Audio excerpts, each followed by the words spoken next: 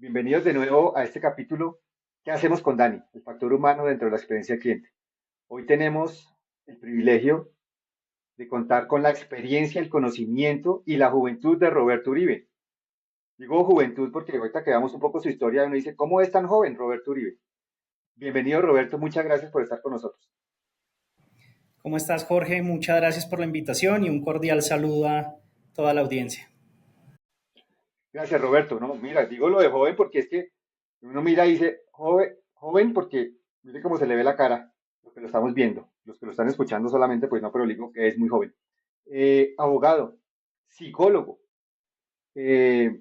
máster, MBA.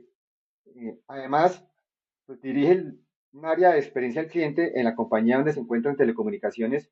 Y uno, ¿cómo hace eso en tan poco tiempo? Y segundo, ¿cómo es que llega a experiencia y no se puso a litigar o no se puso a hacer temas de psicología? Y como un abogado estudia psicología, mejor dicho, esto es un revuelto fantástico. Cuéntenos un poco cómo llega usted al mundo de la experiencia del cliente después de esa trayectoria. Claro que sí, y yo creo que la historia del cómo llego a la experiencia del cliente en parte responde varias de esas preguntas. Lo primero es, yo tan pronto me gradué del colegio, entro a trabajar en el colegio en el que me gradué y mi rol en ese momento era monitor de ruta y apoyaba los procesos administrativos de la coordinación académica de primaria. Yo empezaba recorrido con las rutas a recoger los niños del colegio a las 4:45 de la mañana tal vez. Entonces me sentaba en una silla al pie del conductor, hacíamos la parada y a lo lejos veía cómo salía el niño, niños pequeños de primaria, casi dormido, con su maletota, caminar hacia la ruta y se subía a la ruta y yo lo ayudaba a subir. Con el paso del tiempo se me ocurrió la idea, pues conmovido por ver niños tan pequeños madrugar tanto, me bajaba, me acercaba a la puerta y le ayudaba a cargar la maleta mientras él se desplazaba a la ruta. Entonces empecé a ver un cambio de los niños respecto del cordi, porque me decían el coordinador de la ruta, incluso de los papás. Y me dio mucha satisfacción entender que con pequeñas acciones podía impactar el día de otros. Al descanso me encontraba con los niños y me saludaban y me volví amigo de ellos y descubrí ese poder transformador que tenemos en la vida de los demás. Y con pequeñas acciones podemos realmente contribuir a mejorar o incluso también a estropear el día de otros. Desde allí me surgió esa pasión por ser útil y por apoyar y por servir a los demás. Luego ya empecé mi vida laboral un poco más formal, entré a trabajar en una empresa de telecomunicaciones de televisión por cable, tenía unas oficinas a cargo y allí atendía pues la atención de servicio al cliente, el proceso de servicio al cliente como tal de los usuarios de la televisión por cable. Y por cosas de la vida llegué a una financiera, al área jurídica. Ya habían avanzado mis estudios de derecho, entré al área jurídica a manejar procesos ejecutivos y lo mismo, veía personas con necesidades puntuales de tipo financiero, con preocupaciones y mi angustia, siendo consciente de mi rol en la empresa, es cómo dentro de los procesos lo puedo ayudar para quitarles esas cargas o para alivianarles esas cargas y siempre se me venía a la mente el niño con la maleta. Entonces, cada persona con la que interactúo es alguien que tiene una maleta en la espalda y si yo puedo hacer más llevadera esa carga, pues espectacular, poder servir y transformar de alguna manera la experiencia de los demás. Desde allí me surgió la pasión de la experiencia cliente. Y en esa área jurídica, en esa empresa, hubo un boom del tema de habeas data, se presentaron muchas sanciones por habeas data y dijeron, en el área de experiencia del cliente que maneja quejas, necesitamos un abogado para contener esa cascada de sanciones de la Superintendencia de Industria y Comercio. Me asignaron el proyecto de experiencia del cliente y desde allí me vinculé por esa línea y empecé a crecer y a desarrollar y a implementar procesos de primero de servicio al cliente, luego con una vinculación mayor, una trascendencia y un impacto mayor de experiencia al cliente en el sector financiero y en el sector de las telecomunicaciones. Y así es como he venido recorriendo todo mi camino en este bonito mundo de la experiencia al cliente. Ok, pues buenísimo, pues ahí tengo un comentario al respecto, pero sí una duda todavía. ¿Y entonces dónde entra la psicología? ¿Por qué entra al tema de psicología? Claro que sí. Otra de mis grandes pasiones en la vida ha sido estudiar. Me gusta el estudio, me gusta la formación. Creo que es una herramienta muy útil de verdad para evolucionar entornos. Y siempre tuve la inquietud de estudiar psicología porque me daba herramientas para entender al prójimo, para entender con quién interactúo, para entender por qué las personas se comportan de determinada manera. Y desde ese entendimiento, de alguna manera, poder tener un mayor manejo y una mayor oportunidad de acción en esos procesos de apoyo y en esos procesos de solución en las necesidades de los demás. Yo creo que llegué al derecho con la mentalidad con la que llega todo estudiante y es, pues de algo voy a tener que vivir en la vida. Me gustaba el derecho porque tenía también la oportunidad de servir a la ley y de apoyar a los demás. Y una vez finalicé derecho y logré de alguna manera estabilizarme laboralmente, estudié psicología por pasión y fue realmente una historia muy agradable poder estudiar por gusto más allá de la necesidad de una ubicación laboral o de la presión de la situación económica, pues permite explorar el conocimiento desde una perspectiva diferente. Y ahí, gracias porque, digamos, cuando lo dice, se le nota, o sea, la pasión y como ya no tiene la presión de estudiar por subsistir, sino por saber, o sea, cómo cambia la perspectiva.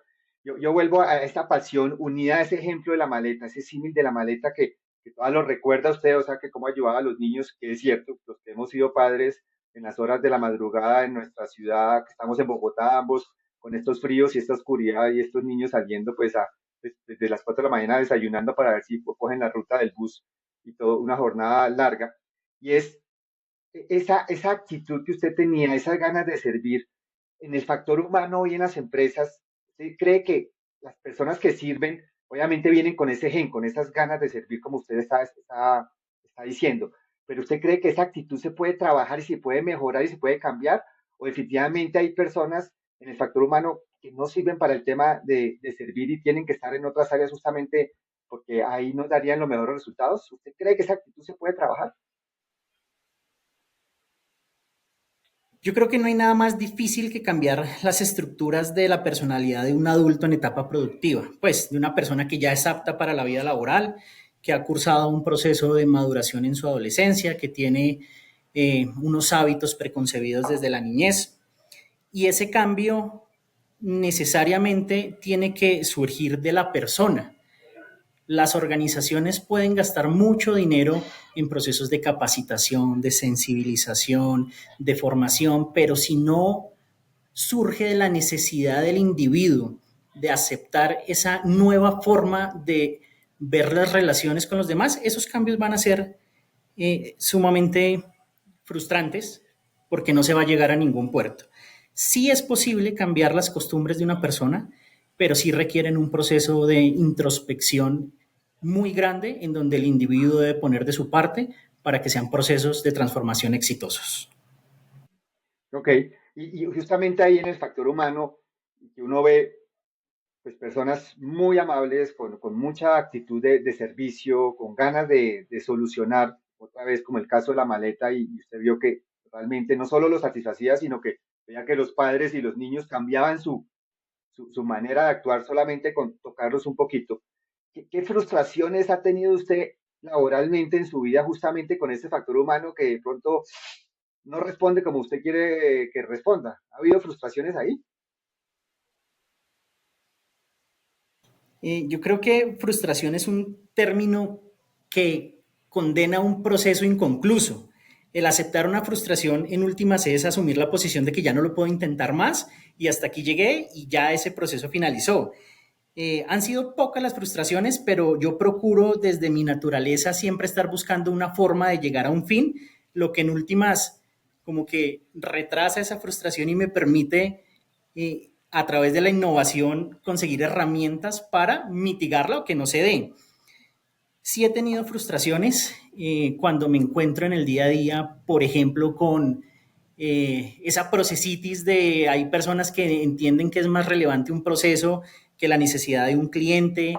La sufría mucho cuando estaba en el mundo judicial, porque es que todo Claro. era no se puede o primero hay que hacer tal cosa y de pronto entonces en un proceso de alimentos el niño sin recibir su pensión con mil necesidades y eso pues genera esa insatisfacción y genera esos sentimientos complejos de manejar y creo que en últimas eso aunado actitud de personas que uno encuentra en el camino que no facilitan, pues en últimas la consecución de los objetivos es lo que más frustran, pero hay que aprender a manejarlo y creo que ese es el gran reto de la vida. Uno no siempre va a encontrar un camino absolutamente llano para poder cumplir las metas. Creo que todos estos obstáculos lo que hacen por el contrario es fortalecer y dar más herramientas para seguir evolucionando en el camino y en el proceso. Ok, entonces, pues, concluyendo eso, ha tenido más bien pocas frustraciones y veo que realmente, como dice, no lo llamo frustraciones porque hago todo lo posible para que no me frustre, sino pueda cambiar la realidad, trabajando como sea, pero, y por eso también sus cursos de liderazgo y maestrías y todo, yo creo que dice, ¿cómo hacemos que las personas sí a la larga pueden cambiar? No voy a desistir hasta que realmente ya, mejor dicho, no voy a botar la toalla, sino ya cuando toque botarla. Entonces ha tenido muchas satisfacciones al respecto, yo creo, pues desde la maleta con el niño ya es una satisfacción, pero profesionalmente, ¿qué satisfacción así tiene usted que le recuerde, que le venga a la cabeza como el ejemplo de la maleta en su trabajo, que dice, wow, esto realmente fue una cosa fantástica? Sí, gracias a Dios han sido pocas las frustraciones y muchas las satisfacciones, y las satisfacciones no necesariamente van acompañadas de el cumplimiento de un indicador, el cumplimiento de una meta. Creo que eso es tan dinámico y es tan susceptible de factores externos a la persona que pues en cualquier momento puede cambiar y convertirse en una frustración, y pues esa no es la idea. ¿Qué me llena de satisfacción? Me llena el poder interactuar con la gente, el apoyarlos con sus necesidades, con sus problemas, el ser un agente transformador.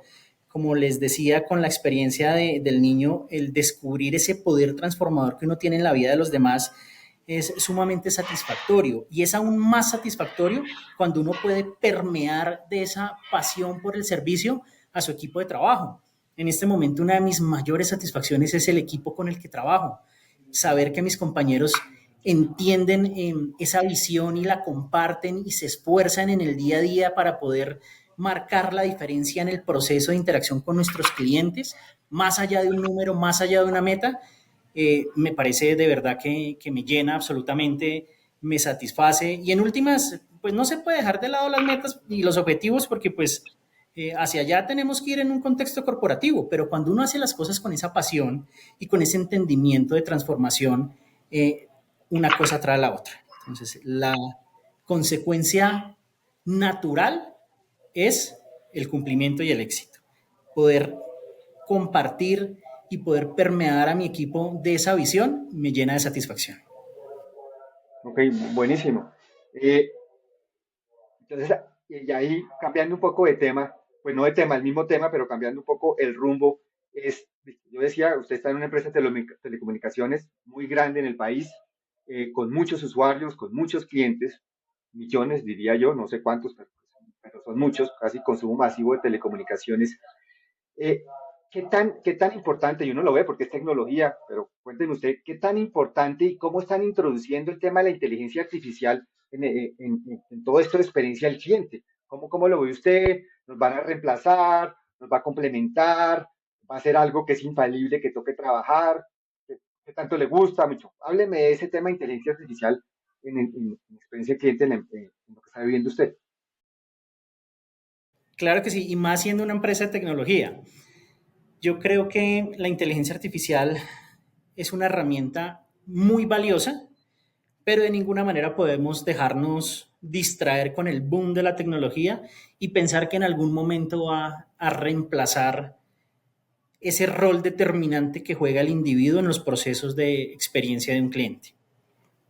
Es un complemento, de hecho le sirve como apoyo. Eh, Nos sirve perfectamente para hacer diagnósticos predictivos, nos sirve perfectamente para el análisis masivo de la data que nos permite identificar issues para accionar sobre oportunidades de mejora, nos sirve incluso en el proceso propiamente dicho de atención a nuestros usuarios para cortar tiempos, para mitigar la ocurrencia de errores, pero de ninguna manera podemos pretender despersonalizar los procesos de atención a través de una herramienta que en últimas, como todo está en proceso de evolución y puede generar inconsistencias. Siempre va a ser necesaria la intervención humana en todos estos procesos atados a la inteligencia artificial para generar personalización y sobre todo cercanía con nuestros clientes. Yo creo que a todos nos ha pasado en este boom de la inteligencia artificial que molestos por alguna situación con alguna entidad, nos perdemos en un IBR o nos perdemos en un chatbot, nos perdemos en todas estas herramientas que en últimas nos llevan a necesitar hablar con alguien a quien no encontramos. ¿Por qué? Porque han llevado esos procesos a una máquina que no necesariamente está entendiendo cuál es la necesidad que tengo. Y uno siempre espera poder hablar con alguien para que le solucione. No es un tema de generaciones, no es un tema de millennials, no es un tema de centennials, es un tema de que el ser humano es un ser social y en última siempre va a necesitar la interacción con un par para poder satisfacer alguna de sus necesidades. Que podemos derivar parte de las recurrencias, de las tipologías normales del día a día a través de herramientas, sí, pero siempre vamos a tener que contar con el apoyo de un ser humano para el proceso de garantizar la experiencia del cliente final. Como lo dice, la tecnología llegó y está ahí para facilitar los procesos, es necesaria. Y también lo refuerza usted, que el contacto humano es fundamental también. Hay personas que lo piden, hay personas que lo requieren y tenemos que prestarlo. ¿Qué hacemos para que ese contacto sea genuino, genere una experiencia positiva? En otras palabras, ¿qué hacemos con ese Dani, con esa Daniela, el factor humano dentro de la experiencia del cliente? Claro que sí, lo primero es trabajar en procesos de formación y de capacitación. Creo que lo dije al inicio y lo repito, soy un convencido de la educación, de la formación, de brindar las herramientas necesarias al equipo para poder afrontar situaciones complejas que garanticen una adecuada experiencia a nuestros clientes. Pero todo esto tiene que estar acompañado de un diagnóstico, ¿no? En las empresas contamos con muchos Danis, con muchas Danielas, y ojalá hubiese una fórmula mágica para poder cubrir todas estas necesidades de formación y de desarrollo de las personas. Hay una corriente de liderazgo que a mí me gusta mucho y es el liderazgo situacional, que entiende a cada uno de los colaboradores como un universo diferente con unas necesidades puntuales de desarrollo. En la medida en que yo logro diagnosticar de manera acertada cuáles son esas necesidades puntuales de cada colaborador, puedo abordarlo de manera diferente para llevarlo al punto que consideramos necesita llegar para poder atender de manera adecuada al cliente. Y más allá de las herramientas de formación y de capacitación y de desarrollo, hay que trabajar mucho en sus procesos de actitud a través de habilidades blandas. Entonces también reflexión, formación, acompañamiento, mucha conciencia y sobre todo algo que últimamente me ha generado mucha inquietud y es cómo hacemos conciencia sobre el uso adecuado del término empatía, que es un término súper común en estos ecosistemas de experiencia al cliente. Entonces decimos, para tener buena experiencia al cliente tenemos que ser empáticos. Y yo sé que puede llegar a ser controversial esta posición, pero no necesariamente la empatía es la habilidad que más nos conviene en los procesos de experiencia al cliente. Hay incluso una que considero se adapta con mayor precisión y es la ecpatía, que es un término relativamente nuevo.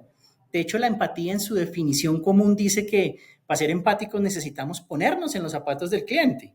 Y si el cliente llega frustrado, llega de mal genio, llega furioso y yo me pongo en sus zapatos, ¿con qué criterio y con qué objetividad voy a poder brindarle soluciones y apoyarlo de manera profesional en la solución de su conflicto? Muchas profesiones, los abogados, los psicólogos, muchas profesiones han optado por asumir la empatía como el camino correcto, que es el entendimiento de la necesidad del otro, pero desde la independencia emocional de la situación. Yo necesito estar muy concentrado, muy sereno, muy tranquilo y muy centrado en la solución que él requiere y para eso debo alejar todos esos sentimientos. La empatía sí es necesaria, es un proceso dentro de nuestro desarrollo de inteligencia emocional, pero en estas áreas de servicio en donde nos enfrentamos día a día con clientes complejos, debemos ser lo suficientemente profesionales y debemos desarrollar la suficiente inteligencia emocional para mantenernos al margen del conflicto que trae el cliente para poder brindarle soluciones. Porque si yo me dejo meter en en ese círculo emocional que él me está planteando, desde la empatía, pues seguramente voy a sesgar el camino y se va a volver mucho más complejo el proceso de interacción.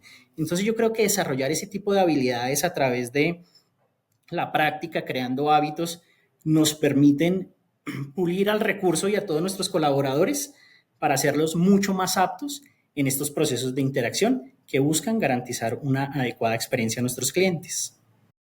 Roberto, qué mensajes tan contundentes. Estoy seguro que a muchas personas que están incursionando en este tema o que ya lo han hecho en las empresas, les será de gran utilidad, sobre todo porque son casos reales, experimentados por usted en su trabajo, en lo que hace en una organización real, con muchos consumidores y con muchos casos de experiencia de cliente que debe tratar día a día. Muchas gracias de nuevo por esta participación y por compartir estas enseñanzas con nosotros. Claro que sí. Muchas gracias nuevamente, Jorge.